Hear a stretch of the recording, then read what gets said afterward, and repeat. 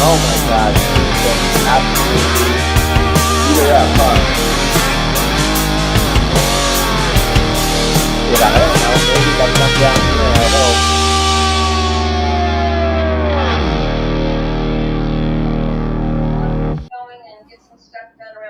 You set it up right.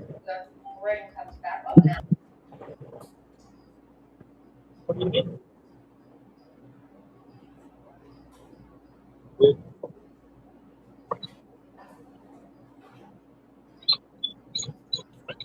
That's squid, right? Yeah. That's what I asked. You said no. Yeah, do I want to squid for it? No, then you. No, I don't want. I said, do you want strip squid on the squid skirt? Oh, I didn't hear the strip part. Right? Yeah, I didn't hear that. I was like, that's odd. You want the naked like that? Yeah, I was like, no, I thought you meant you wanted the strip one on the other one. Oh, no.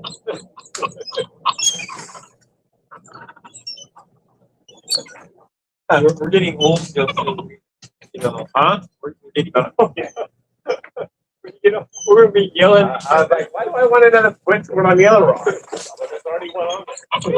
And then he's like, no, it's not set up right. I'm like, okay, well, how did you set it up? Yeah. Well, strip squid on it. Oh. Put some sardines on the other one. Oh, yeah.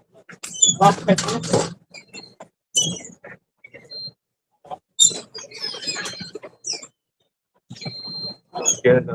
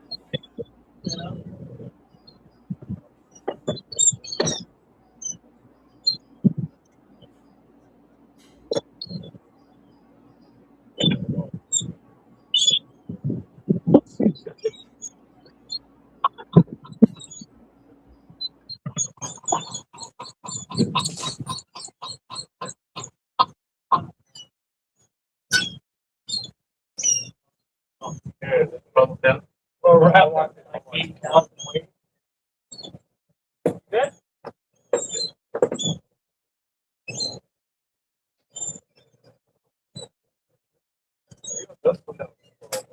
Now it's lighter weight. Oh,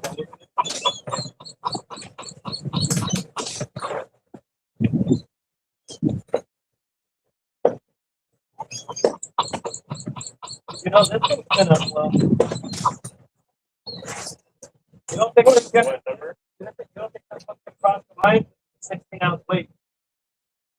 Oh, probably. Yeah. So, I should let it down. I think what number do you?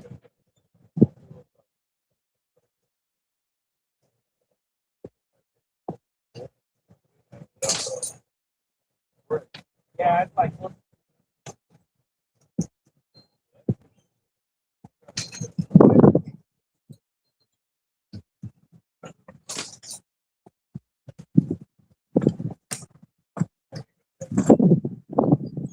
I'm gonna throw it out. I think I can throw it out. Grab that stuff.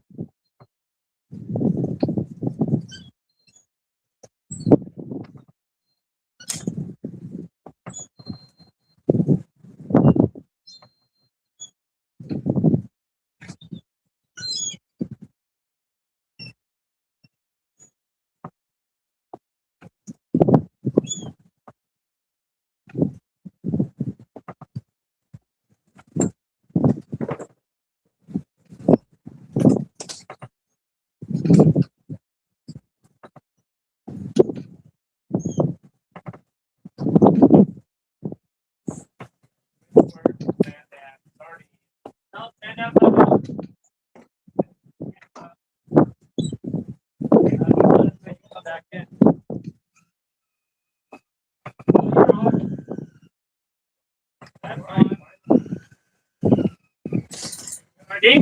Party. Up party. Up party.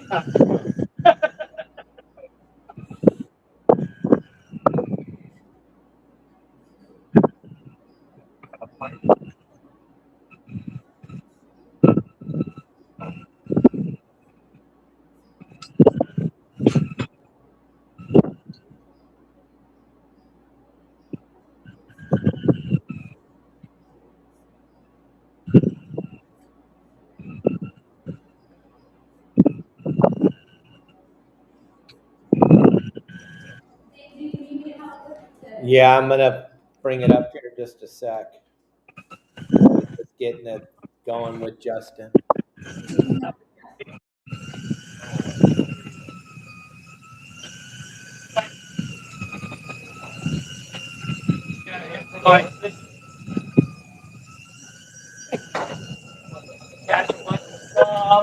I live right now? Yeah, we're live. I think Joey texted me and go, hey, you guys fishing or is this a rerun?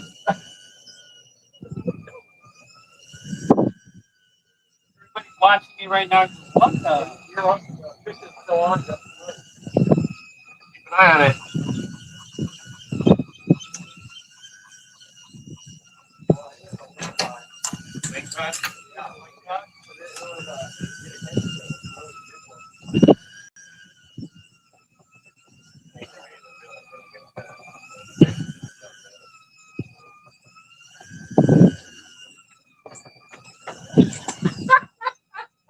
Yeah, guys. He's throwing him under his feet so he jumped up in the air.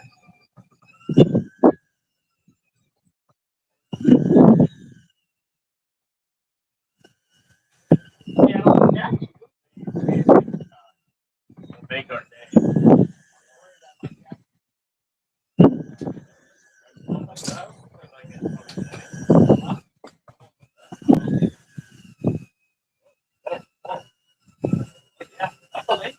Yeah.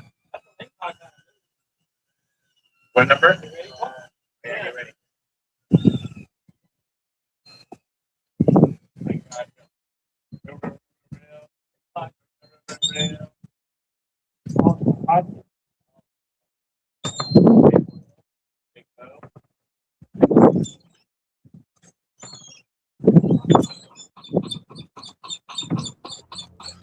There's a nice one right there. Perfect. Woohoo! Big whopper.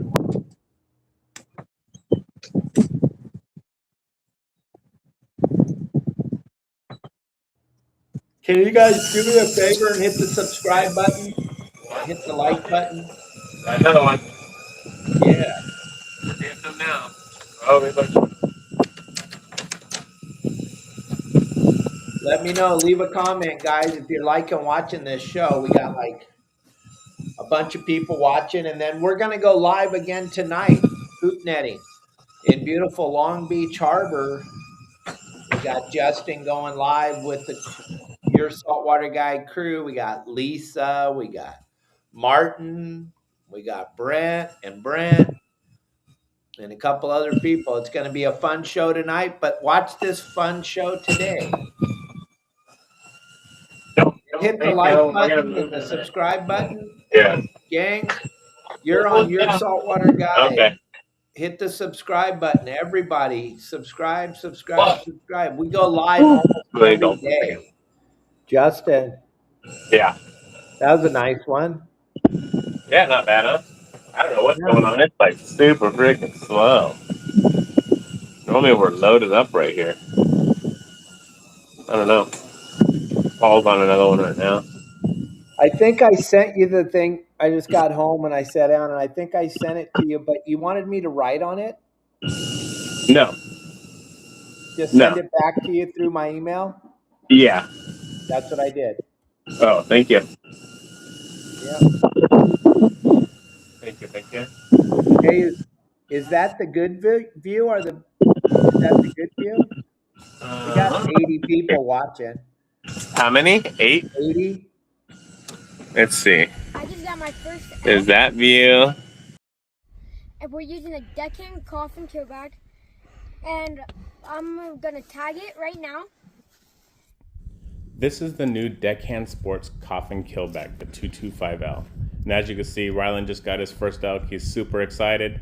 We quartered this entire 550-pound elk, and it fits perfectly right inside of here. These kill bags aren't just for fish, they're for all game, whether it's fish or big game animals such as deer or elk. Hope you enjoy.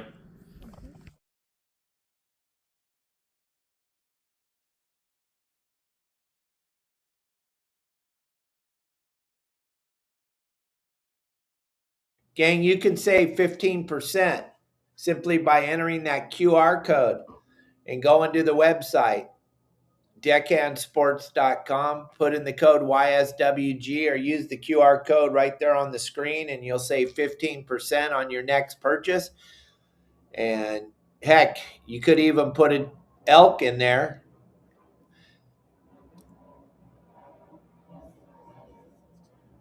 These things are incredible. I'm show you a couple other pictures of this product here right now.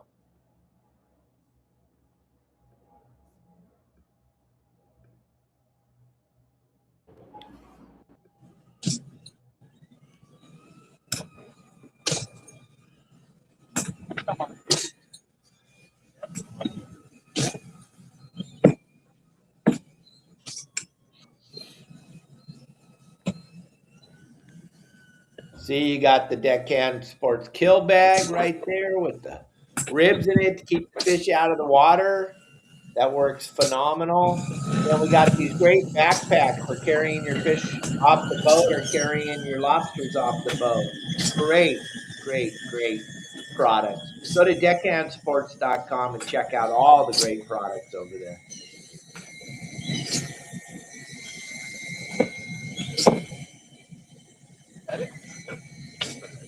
Hey guys, Don Stanley here. All right, guys, check it out. I got something to show you. These are our new fillet boards, Offshore Products.net. You can get them there. And let me show you what we got. First, this is our 24-inch board.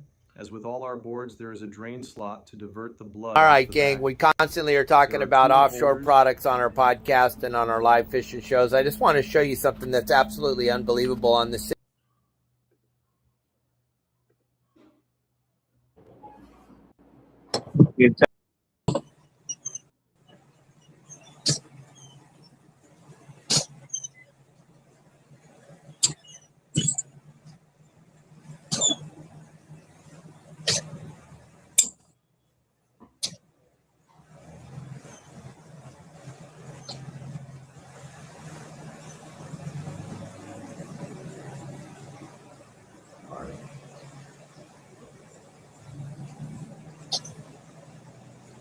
Promar.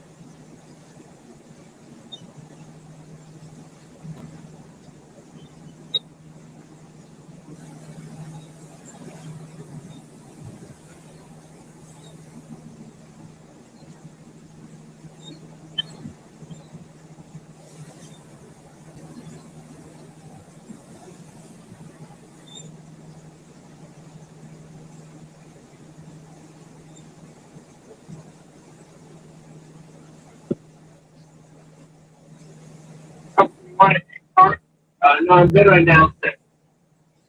Thank you.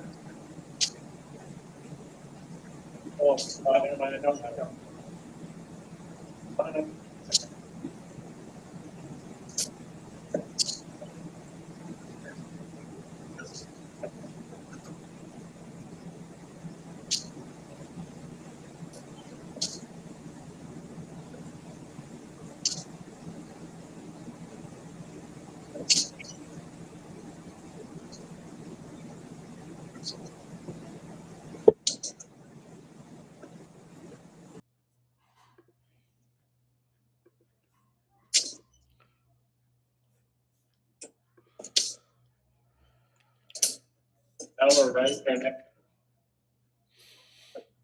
I don't know. Weird stuff going on right now in water. The throbbing excitement of success and the inspiration that will drive the fishermen out in the first light of tomorrow with the eternal hope that it will be their day for the king of fish.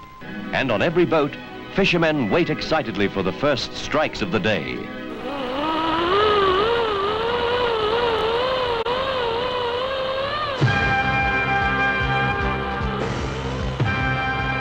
It's all about the bite. It's also setting the hook. Love to set the hook. It's putting on the right bait, getting bit, setting the hook, or getting that first bend out of the rod. It's about the initial hookup. It's one of the most exciting moments anybody can have ever. When you see something that size, you freak out. You strip it. He's bigger than you. It's 150 pounds. Giant-eyed, overgrown minnow. They could have come from a spacecraft. You get tight with it. You've got a hold of a huge creature. Something in your heart stops. You know, I love it. You can see them kind of looking at it. Freaking aliens. But that eye gets to them. In the initial surge of the fish, you know, you really can't explain it. Lines clearing, jumping everywhere. The line wraps around the rod and breaks off and you're done in half a second. It does something to your heart, your brain, everything. Everything stops. And I think that's why you get addicted to it. This is the history of sport fishing. Chapter 2, From Survival to Sport. Now he's got it. I think he's got it now.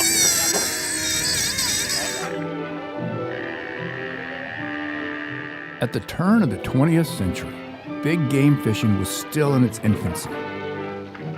Hardy pioneers in the sport were using rudimentary equipment consisting of stiff wooden rods, coarsely woven silk and linen lines, and reels with no drags to try and capture game fish that no one had ever thought possible. There's a thrill every second.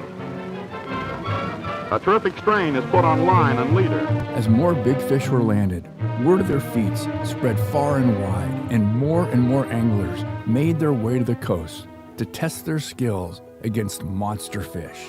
Over the next century, each decade would bring advances in techniques, tackle, and boating platforms that would elevate the sport to greater heights. Yet amid all the rapid changes in the sport, there has remained a core set of constants. The determination of rugged individualists who drove the sport forward through the years. Long before the concepts of conservation were widely practiced, these men and women had begun to understand that we as fishermen, must act as stewards of the sea to protect not only our oceans, but all of our inland waters through conservation of resources, respecting catch limits, and practicing CPR, catch, photograph, and release, to secure the future of our fisheries for generations to come, and to discourage any unnecessary harvesting of fish unless they are being utilized as a food source. Take what you can eat what you take, and release the rest. And most importantly, the core understanding that the pursuit of the bite and the thrill of the catch must always be respected. Technology has given man many advantages over nature, but there is a point when it all comes down to man versus fish. Things are unbelievable. The bite next to the boat on the kite, I've never seen anything like it. And after a picture-perfect release of a fish that Greg estimated at weighing over 900 pounds, Barry let everyone know how truly pumped he was over this fish. His raw emotions showing that even savvy big fish veterans can still get excited over a fish, and proving once again that fishing is a sport that lasts a lifetime. All right, 900 pound bluefin. Ready? Yep. There we go.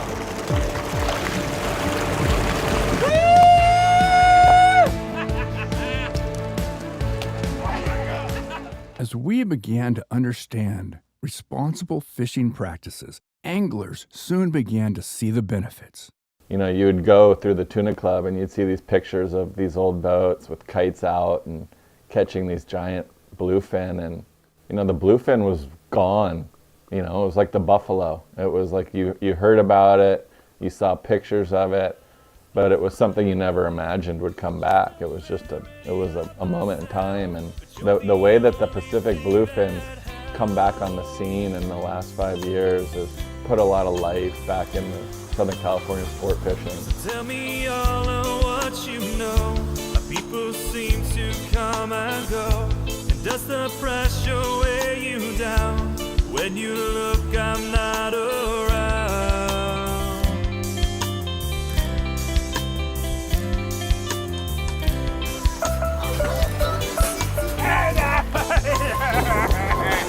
Yeah!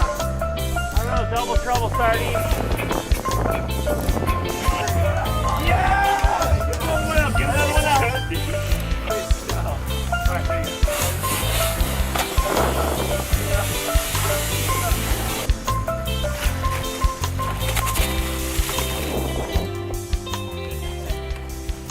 You know, we're in a really, really special era right now with especially, let's just go off the big bluefin, that these fish are migrating right by us and then hanging out right out in front of us within 100 miles, a lot of times a lot less than that. And it's cool because we're taking a page out of history's notebook. This all started here. And we had a trip this last year, a fish route behind Catalina, and we're on our way out and we saw a huge breezer right off the slide, quarter mile away. And I'm like, throw the thing out, skips, hit, boom, tight. And every single freaking bite we had, I would just look to my clients and just tell them, do you guys realize how special this is? Like, as far as I know, in this cycle, these fish have not showed back up to this exact locale where this all started over 100 years ago. And it was, every bite was so special, like gave me goosebumps. Again, with every bite, I was like paying homage to Zane Grey and to all the guys who, the forefathers who did this and started this for us. Like, you got to give the hats off to the guy who made the linen kite. It's like, dude, we can't get a bite with a flyer on a 200-pound line or whatever they're using. We've got to put this kite up and their bit. It's like, for it to go full circle again and come back to now and being able to do it with the technology we have, the fast boats we have. It's truly special. I feel proud to be able to help refine the whole thing with everybody, you know, for these guys. And to be able to do that and look at Avalon and look at the Tuna Club and just realize, geez, this is where history of this started. It was mind-blowing and really, really special. So that's a day I'll never forget the rest of my life. The most prolific and most effective method of capturing these big bluefin tuna has been using the exact same methods that the guys were using over 100 years ago. And that is a kite with a dead flying fish. And guys have tried everything under the sun, every modern way to capture these bluefin, but the way that the guys, the pioneers, the guys that invented sport fishing were doing it back in the late 1800s, early 1900s, is still the most effective way to capture a cow bluefin tuna. And it's been so fun to bring that like style of fishing back into the arsenal, and you know, it's just a testament to what those guys did. In the beginning, when tuna was started here, it was actually a lot of the guys, the older guys, were doing charters at that time, and they used to hang them up, and the charters would pay big money from all over the world to come and fish them, and they'd hang them up, and other public would come along and take pictures with them. We want to do something it's a little tougher, there's a little more sport, and we find it hard to do. And the fishermen we get are all real good anglers. We promote that we want to do stand-up. Some people do the chair, but we love the stand-up. Back good shape here. We see all different size classes, right from 100-pounders right up to over 1,000. And I think this catch and release, it's huge. Yeah, it's the days of killing them are come and gone. I mean, people around the world, let's face it, we got to save for the next generation. We're looking at protecting the fishery, and we want it to, it's sustainable. We use all circle hooks, all pinched. We have a time limit on our fish.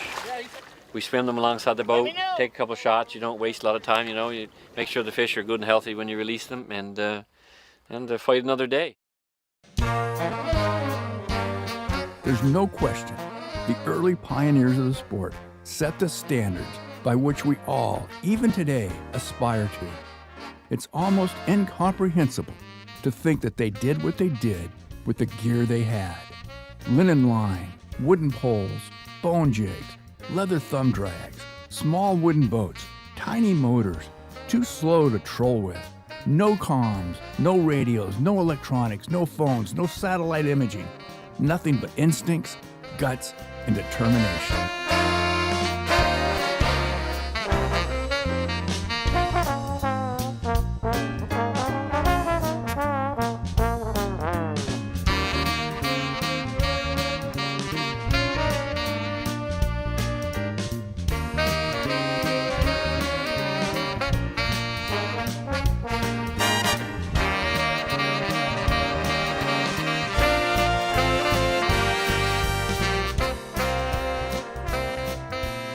The popularity of sport fishing rapidly grew as word of Catalina's phenomenal fishing spread to the mainland, expanding up and down the coast, across the country, and around the world.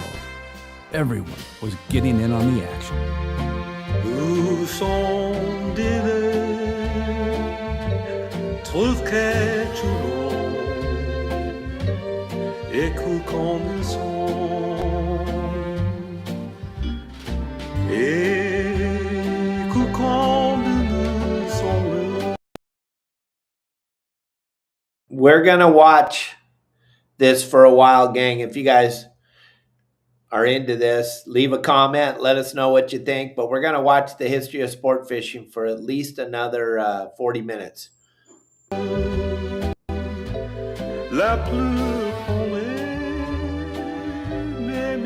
Presidents and celebrities alike flocked to the island, testing their skills against the mightiest fish in the sea. Fishing around Catalina Island in the early part of the 19th century was, as Holder wrote, an angler's paradise, with an abundance of life never seen before or since. President Herbert Hoover was in the Oval Office when the stock market crashed. The president was an avid angler and took solace in taking rod in hand. Prime Minister Winston Churchill, seen here with his striped marlin, caught off the island in 1929.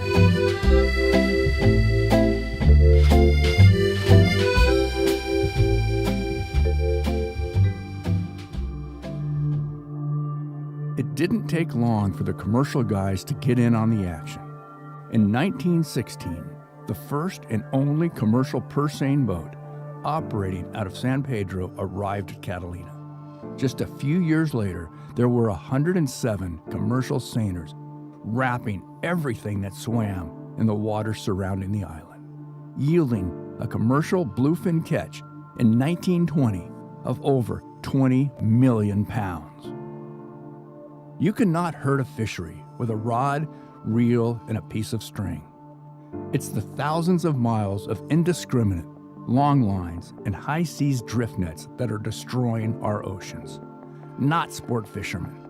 Sport fishermen have done and continue to do more to protect and care for our oceans than any other group on the planet.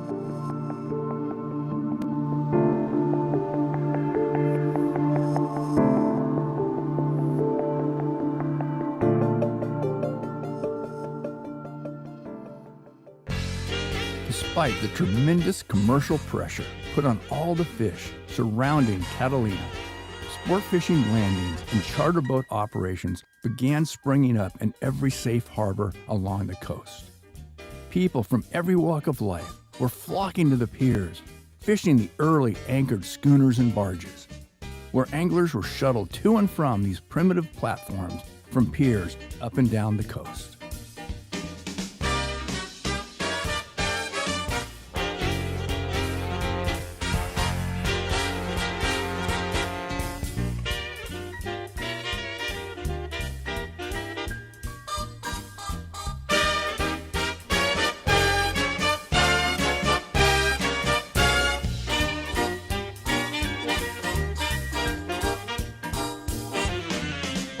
Earliest sport boats began showing up to satisfy the public's high demand to fish. But as more and more people started fishing, they helped shape every individual port and harbor along the coast. There was an unmistakable buzz that made sport fishing in the early 30s and 1940s one of the most popular activities of the time. A fast-growing fleet of private yachts designed and built specifically for sport fishing were also starting to populate marinas everywhere.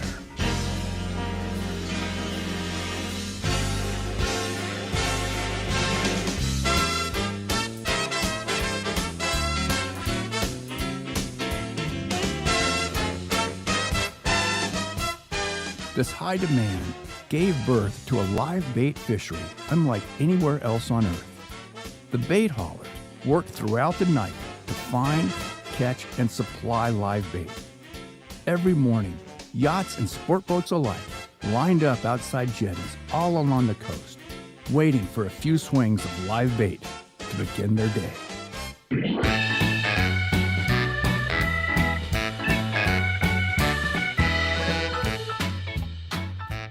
It should be noted that at least 50% of all the live bait that's brought onto a sport boat is released through chumming or at the end of the day when they just pull the chute.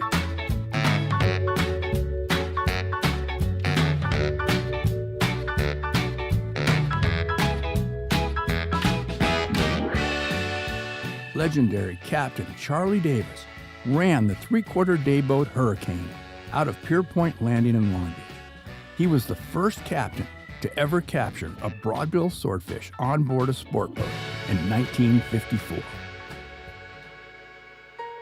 So our industry came out of the commercial industry back in the 20s, 30s, even before that. But live bait was a method that they figured out, and they had these huge live bait tanks. And the old videos that you see, there's always a guy up there throwing whatever they could get, you know, anchovies, sardines, whatever the bait of the day was. So that live bait aspect was incorporated into San Diego sport fishing and subsequently most of the West Coast now. The Everingham brothers started the bait company, and to this day, I don't know how they do it. We're so appreciative of what they do, but they have been able to supply a huge fleet of sport boats and private boats with live bait almost at will, to the point that people take it for granted. But they have multiple boats that go out every day. They're fishing just like we are, and some days you get skunked, but yet they've been able to manage and maintain live bait for 6, 7, 8 decades with almost out ever fail. So that's a huge part of our industry, is the live bait fishing. They use seine style boats to wrap a school, but then they've developed methods to keep that, to bring it into a receiver. The tackle that's changed over all these decades just because of live bait. Something that was a little longer, a little softer tip. Being able to have a reel that free spools well allows you to cast that bait, and then more importantly, when the bait hits the water, to swim without pulling the drag on the reel. That thing allows the bait to look natural. You get a better bite, you get more bites. So everything has changed in the tackle world corresponding with what goes on these boats. The development of sport boats being designed specifically for offshore fishing and having live bait readily available were two examples of changes that made it possible to provide better and better fishing experiences to the angling public. The fledgling sport boat and charter boats for hire business was beginning to take off in the post-World War II era.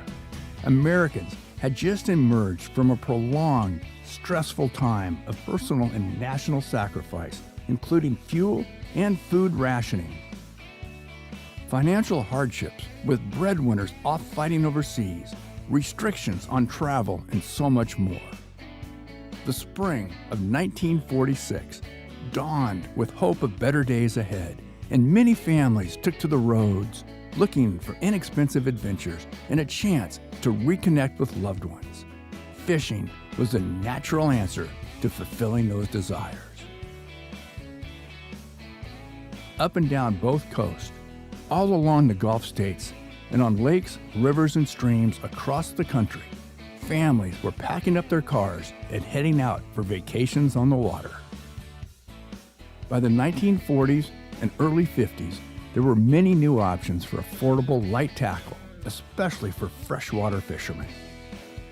But larger offshore boats and the expertise to run them and know where to find pelagic fish was still the realm of a relatively small group of professional captains and guides. Charter boat captains and professional guides are unique individuals. Many of them grew up on the coast and were often second and third generation fishermen. Hardworking and resourceful, they understood the sea, and more importantly, they understood the fish themselves. These determined men and women who ran charter boats were there at the docks, day in and day out, doing whatever it took to give angling enthusiasts the experience of a lifetime.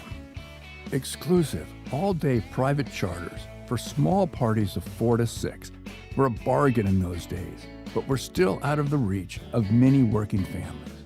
Thus, the sport boat fleet emerged, these large, stable platforms, holding up to 70, 80 or more fishermen on their large, flat decks, were the perfect platform for many novices to be introduced to the sport.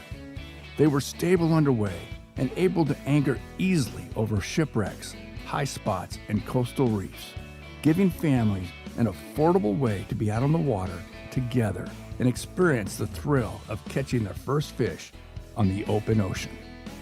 Many families would return to the same landings and the same marinas year after year to fish their favorite boats and crews as a matter of tradition. For others, learning the ropes from these experienced captains and crews led to the dream of owning their own boats one day. Charter captains and their enthusiastic crews were often generous with both their time and their knowledge. Those quiet moments on the ocean, waiting for the bite, gave them the opportunity to share many tales of adventures chasing great fish. These hard-working, dedicated men and women did and continue to do as much as any other single factor in introducing the sport to generations of new anglers.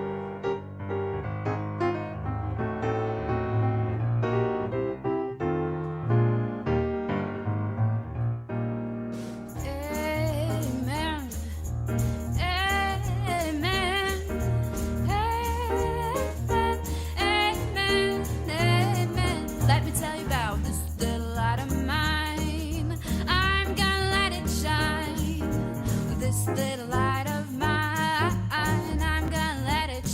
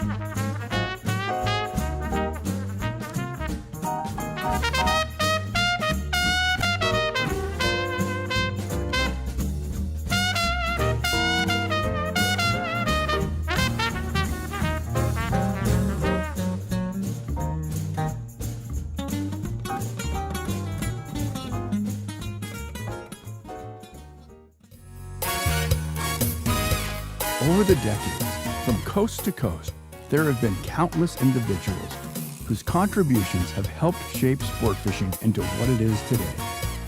There are far too many to name each one individually, but each and every one of them has touched the sport in their own unique way and have left a living legacy behind in their wake.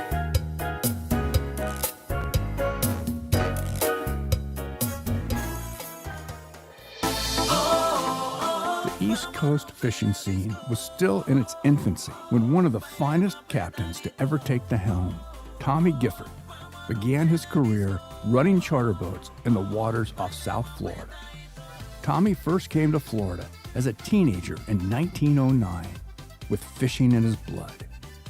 Early in his career, Captain Gifford traveled up and down both coasts to learn from fishermen far and wide. He is credited with being the first to use spreader outriggers along the East Coast and was one of the first to design and use a fighting share and harness system. During a 1957 interview, Gifford said, "They made fun of the outriggers, calling them unsportsmanlike when I first used them in 1927, but we caught 127 sailfish that year." The jokes quickly died as he became the top producing boat year after year. He also was a pioneer in kite fishing, another new method he brought to the East Coast in 1928. He first learned about the practice from George Farnsworth when he traveled to California in the early 20s to fish Catalina Island with members of the Avalon Tuna Club. Tommy was always looking for new ways to improve the bite, and in 1928, he began to take what he had seen out west and apply it to Florida's unique waters. He made small tweaks to his gear, and each time he found something new that produced more fish, and by the mid-1930s, he was the acknowledged master of kite fishing on the East Coast. In 1933, he guided angler L.R. Wasay of Cat Cay off Bimini through an epic 6-hour battle to take the largest marlin ever caught in the Atlantic at 502 pounds. As Tommy explains in his own words, "It was a beautiful sight. The marlin struck a beam of the manor house at Cat Cay on the edge of the reef. He constantly made towards deeper water, and when I finally gaffed it, 6 hours had passed and we were 16 miles from where the fight started. The rod LR used was a standard 16-ounce tip South Bend, spooled with 24 thread linen and a 9/0 Atlapac reel." In the summer of 1935, he was fishing for massive bluefin tuna at Cat Cay and expressed frustration that so many of the giants were spooling the old-style reels. Those experiences led him to go to a friend, machinist Fred Gratian, who worked at the Finley and Norwood machine shop in Miami. He explained the problem and worked with Fred in designing a new type of reel that worked on big fish. In 1937, Mr. Gratian was granted a patent and the first fin oar reels were born and quickly became the gold standard within the big game industry. He continued his fiddling with gear and methods over his entire 50-year career as a charter boat captain. He was known for stringing all types of wires, guy ropes, and other implements from one end of his boat to the other. Outdoor writer Alan Corson once commented on the dazzling display of aerial hardware on his boat. 16 housewives could hang their Monday morning laundry on Tommy's wire and rope riggings. When asked if that was a bit extreme, Captain Gifford merely smiled and pointed to an old photo album nearly busting at the seams that lay in the cabin of the boat. Later, when the writer made a comment that lots of guys catch fish out here, a mate on the boat explained that the only pictures that Captain Gifford ever allowed in that album were world records.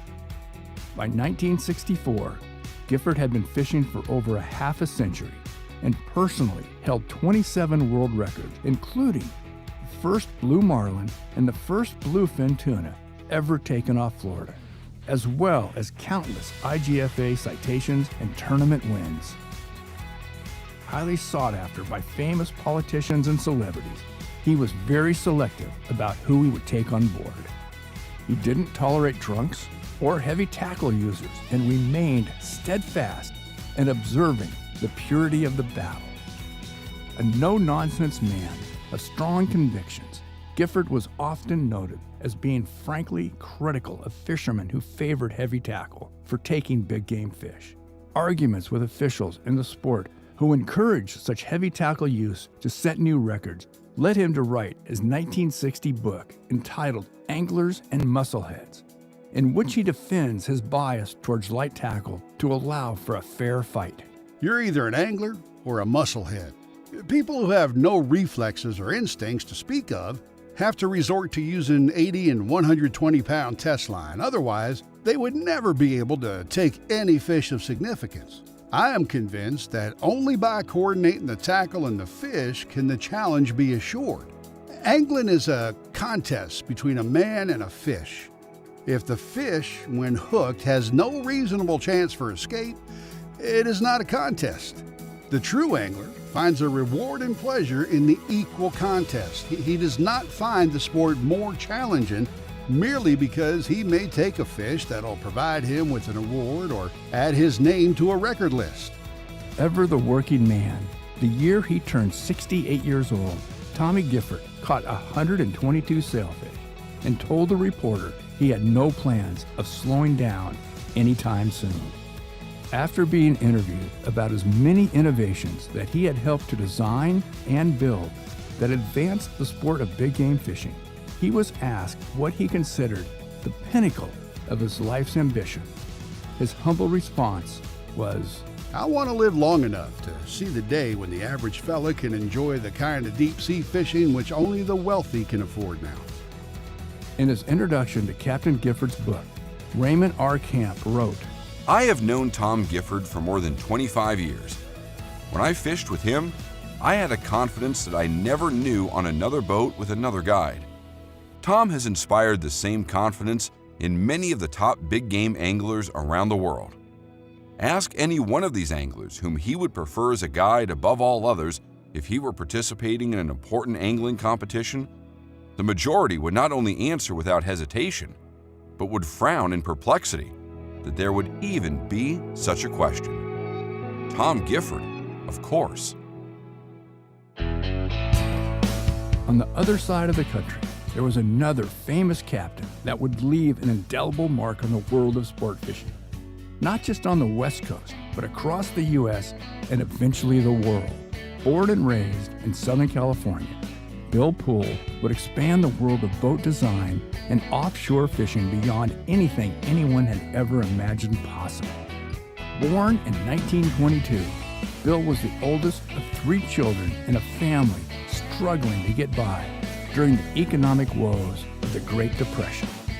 Bill grew up in that depression. Born in 22, depression hit in 29, and during those 30s when he was a kid, he would go into the tomato patches next to the house and pick up old tomatoes that weren't harvested and bring them back. He got pretty tired of tomato pasta, tomato sauce, but that was a meal.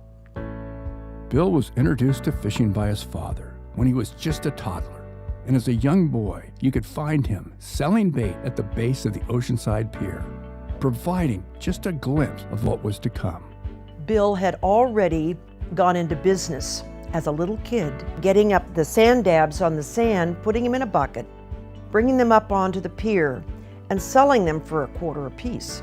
At first, the fellows were very offended that he was charging, but when they weren't catching anything, and Bill was, they'd come back and pay. Bill Poole was probably the most influential pioneer of our sport fishing fleet. Stories that he even tells me about when he was 12 years old on the pier, and he would catch various fish and he would sell them to whoever was there. Hey, do you want to buy this calico bass for $1, whatever it was? And the pier owner said, hey, it's illegal to sell sport caught fish in California. You can't do that. So Bill came back the next day and he catches the calico bass and he goes, hey mister, do you want a free calico bass? Well, sure. I'll charge you $1 to fillet it. Not too surprisingly, Bill was voted the most likely to succeed by his high school classmates. Even then, his self-motivation and focus on goals stood out above the rest. Bill was driving truck for his father. He was in Oregon. When he heard about Pearl Harbor, he headed right down to San Diego and enlisted in the Navy. He went on to serve his country until the end of the war. There was a break after the war was over. I was stationed in Hawaii for quite a while, and I'd made up my mind I was going to go into sport fishing. And I saved up quite a bit of rock money, I call it, and I told my dad I was going to go. He said, well, you know, I've always wanted to do that. I think I'll sell out the station and I'll just go with you. Following his dreams, Bill and his father purchased the 125-foot schooner Lazy Days. Bill's true desire was to take people on fishing trips out on the ocean, and he realized his dream by purchasing the 50-foot Melita for $8,100. It was his first genuine seafaring sport boat, designed to carry 20 passengers but plagued with mechanical issues. She would be the first of many boats Bill would engineer for trips into the blue waters. After struggling for some time with bad equipment and costly repairs, he began to look for better options and recognized the potential value of an ASRV, Air Sea Rescue Vessel, hull design. Bill knew of one that was in the yard. And I never forget, I was working on the Melita doing something, and his wife and him were walking up the dock. I said, you get tired of fiddling with that old piece of junk, I might buy it from you. And she called me that night, said, were you just kidding or were you sincere? I said, well, I think I can get the money, my boat's paid for. And the next morning, Bill was the proud owner of the original Polaris. Bill was the youngest owner-operator in the San Diego fleet, and he quickly became known as the captain that knew the secrets of the deep hidden channels and could read the water with the best of them. His pioneering spirit drove him to more remote destinations, and he worked diligently with authorities to obtain permits that would allow passenger-carrying vessels to venture further and further out than ever before. In 1957, Bill built Seaforth Sport Fishing Landing, tackle shop, restaurant, and marina in Mission Bay. Then, in 1964, Bill built his first brand new Ditmar Donaldson and kept the name Polaris. That same year, Bill said that he landed the catch of his lifetime, finding his wife Ingrid. Known as the First Lady of Sport Fishing, her honesty, common sense, abilities, and willingness to do whatever it took to support Bill and his passion made them a perfect match, both on and off the water. In 1965, Bill and Bruce Barnes purchased Fisherman's Landing. Like a character from a Zane Grey novel, Bill had a sixth sense about the movements of the tides, currents, and how they affected the fish. Combined with his hard work and entrepreneurial spirit, he kept growing the San Diego waterfront, bringing more and more fishermen to the area, leading it to become the finest sport fishing destination in the world. Now that we've arrived here, I would not change a thing. Knew that we'd survive here and all the goodness we would bring. Of this I sing. Everybody swimming in sunshine, everybody feeling fine. Everybody join the front line, ain't nobody left behind. Everybody swimming in sunshine, everybody feeling fine. Everybody join the front line, ain't nobody left behind. Everybody swimming in sunshine, everybody feeling fine. Stop the wine, everybody join the front line, ain't nobody left behind. Everybody swimming in sunshine, everybody feeling fine. Oh, stop the wine, ain't nobody left behind. With every passing year, Bill looked for new ways to push the envelope of what was possible on extended offshore excursions. In 1966, Bill built the 80-foot Polaris 3 at the Ditmar Donaldson Yard in Costa Mesa, setting a new standard in sport boat design and function. In 1970, he launched the 90-foot Cape Polaris. The improvements continued as each boat became more fishable and offered even greater creature comforts. Ingrid aimed for more luxury across the board, from comfortable private staterooms, enclosed hot showers and heads, to open salons with air conditioning and highly skilled chefs to prepare delicious meals. On June 12, 1970, Bill Poole led a group of 30 passengers, including 2 women, on her maiden long-range voyage. During their trip, they encountered cold, green water around San Benito and Cedros Islands. It was then that Bill made a significant decision that would change the course of long-range fishing forever. Despite only having radar to help navigate, he pointed her south towards a tiny outcropping of rocks some 450 miles south of San Diego. Talk about finding a needle in a haystack. Bill not only found the Alejos rocks, but he had to cut the trip short because of all the fish they caught. In 1973, he wisely enlisted the expertise of Todd Chafee, who was one of the top boat designers on the West Coast, to help create and build a state-of-the-art aluminum boat, the incredible 113-foot Royal Polaris. At that time, the largest sport fishing boat in the world. She is still considered by many to be the finest long-range vessel in the San Diego fleet. Following the building of the Royal Polaris, word quickly spread about the impressive capabilities of the boat. Combined with her interior amenities, thanks in no small part to Ingrid's impeccable taste and attention to details. Soon, numerous orders to build other boats followed, including other sport fishing boats and some of the finest luxury yachts ever built. The Poole Boat Company was born and lived by the motto, "Nothing is impossible." It became evident that the combined genius of Todd Chafee's design and Bill's working knowledge of a boat's structure and functionality created a remarkable product. Their boats proved to be so superior that the United States Coast Guard rewrote their manual to align with Poole boat safety specifications. In 1979, Bill built the 72-foot Polaris Deluxe, followed by the Poole Chafee-built beautiful 90-foot Polaris Supreme. Bill Poole had a boatyard because he was dissatisfied with the quality of the boats he could get at the time.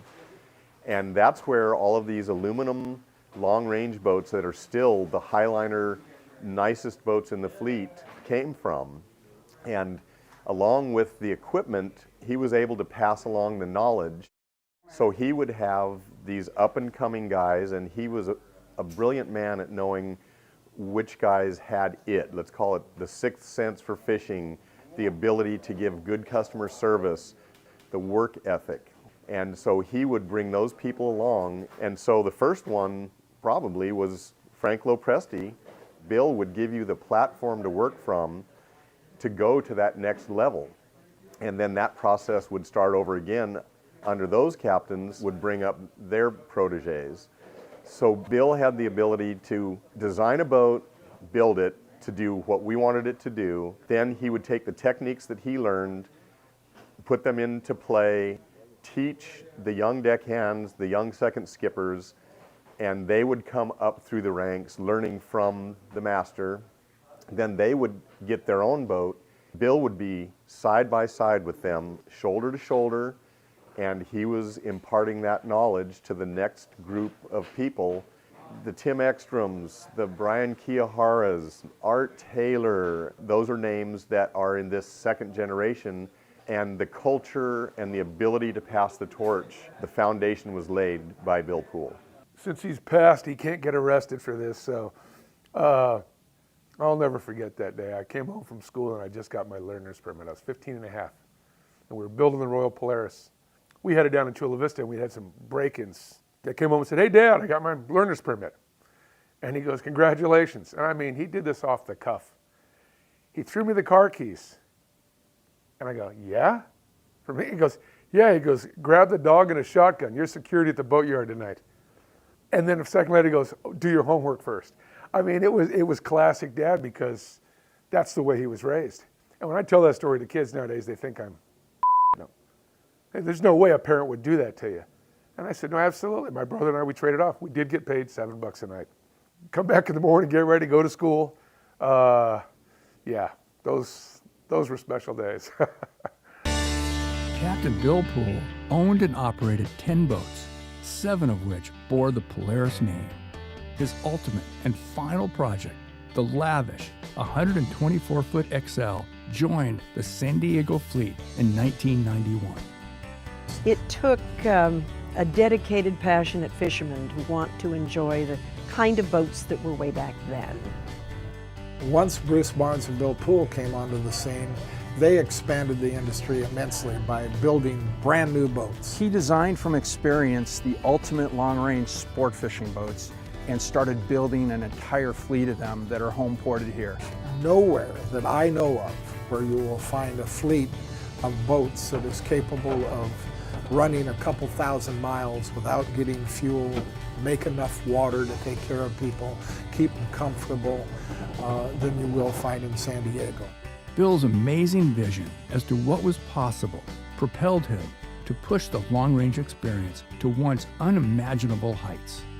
His fingerprints can be found on virtually everything along the waterfront, and in no small part, because of Bill and Ingrid Poole, today, San Diego can honestly lay claim to the fact that it's home to the finest fleet of long-range sport fishing vessels ever assembled. The equipment, boats, and experience of local owner-operators and crews.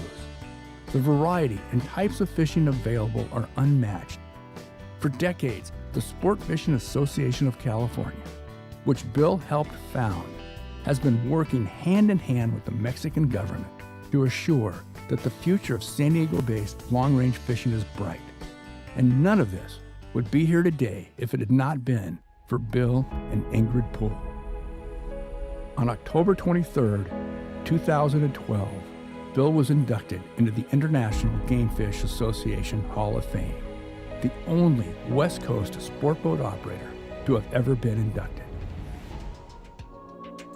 Bill's contemporaries showed their deep gratitude and respect for his many contributions to sport fishing by including their Poole-built boats in a spectacular memorial flotilla honoring the man that was instrumental in bringing the very best to San Diego sport fishing. The only time a procession of this magnitude had happened, it was an amazing send-off to a highly respected and beloved man who forever improved the landscape of sport fishing. Men like Tommy Gifford and Bill Poole have led the way, but the water calls the name of every true angler, young and old, noted and humble alike. Whether it is the challenge of a perfect presentation, the thrill of the bite, or the fight itself, the joy found at the end of a line never fades.